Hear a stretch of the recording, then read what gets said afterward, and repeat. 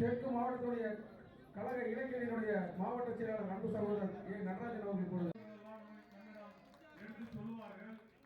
அதே நேரத்தில் என்னை பொறுத்தமட்டில் எனக்கு பட்ட ஒரு கருத்தை மட்டும் சொல்லிவிட்டு விடைபெறும் நினைக்கின்றேன். அன்புக்குரிய தேசிய ஜனநாயக கூட்டணியுடைய செயல் வீரர்களே,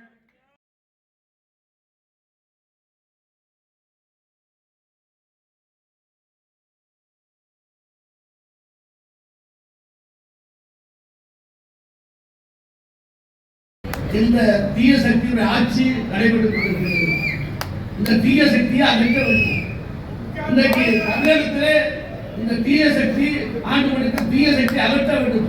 அன்றைக்கு நம்முடைய இயக்கத்துடைய காவலர் இயக்கத்தை ஆரம்பித்து நம்முடைய புரட்சித் தலைவர் எம்ஜிஆர் அவர்கள் இது தீய சக்தி என்று அன்றைக்கு அடையாளம் கட்டினார்கள். ஆக அந்த அடிப்படையில் இந்த தீய சக்தி இந்த தமிழகத்திலே பரவி இன்றைக்கு தூத்துக்குடி வரை இந்த தீய சக்தி இன்னும் இருக்கின்றது. இதை அகற்ற வேண்டும்.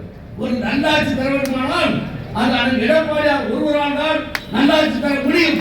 அது எந்த மாற்று கருத்தும் கிடையாது. 4 ஆண்டு காலம் புரட்சித் தலைவி அம்மாவுடைய நல்ல ஆட்சியை நமக்கெல்லாம் தந்தார்கள். நம்முடைய மலையாள மக்கள் நீங்காடு மாவட்ட தலைவர் ஐயா புருஷ் பராண்டஸ். அதுக்கு அடுத்தாற்போல் 2வது பைப்லைன் திட்டம் கொண்டு வந்தது புரட்சித் தலைவர் எம்ஜிஆர். 3வது பைப்லைன் திட்டம் கொண்டு வந்தது புரட்சித் தலைவர் அம்மா.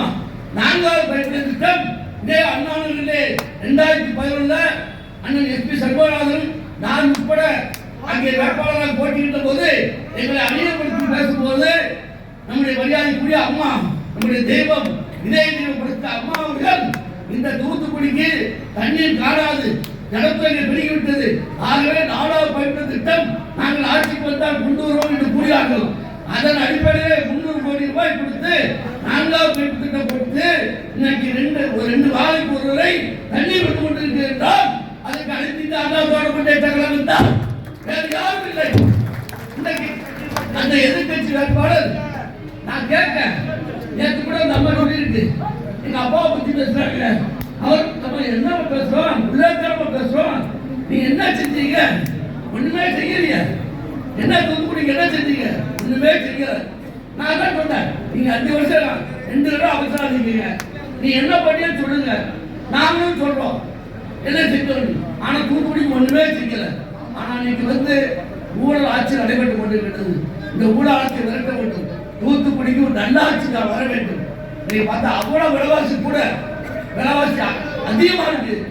தண்ணி தீர்வு கூட, கரண்ட் பில் கூட, வீட்டு நம்ம பத்திரப்பதிவு கூட, பால் விலை கூட, எல்லாமே விலைவாசி கூட. அந்த அளவுக்கு மோசமான ஆட்சி.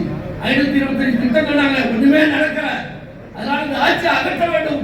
அதுக்கு நீங்க எல்லாம் ஒழுங்காக பாடுபட்டு புரட்சி தலைவர் எடப்பாடியார் மீண்டும் முதலமைச்சராகி இந்த தமிழகத்தை ஒரு பொற்காலமாக மாற்றிட மத்திய அரசோடு இணைந்து சிறப்பாக பணியாற்றிட நீங்க அனைவரும் ஒத்துழைக்க வேண்டும் என்று கேட்டு இந்த நல்ல வாய்ப்புக்கு நன்றி கூறி விடைபெறுகிறேன்.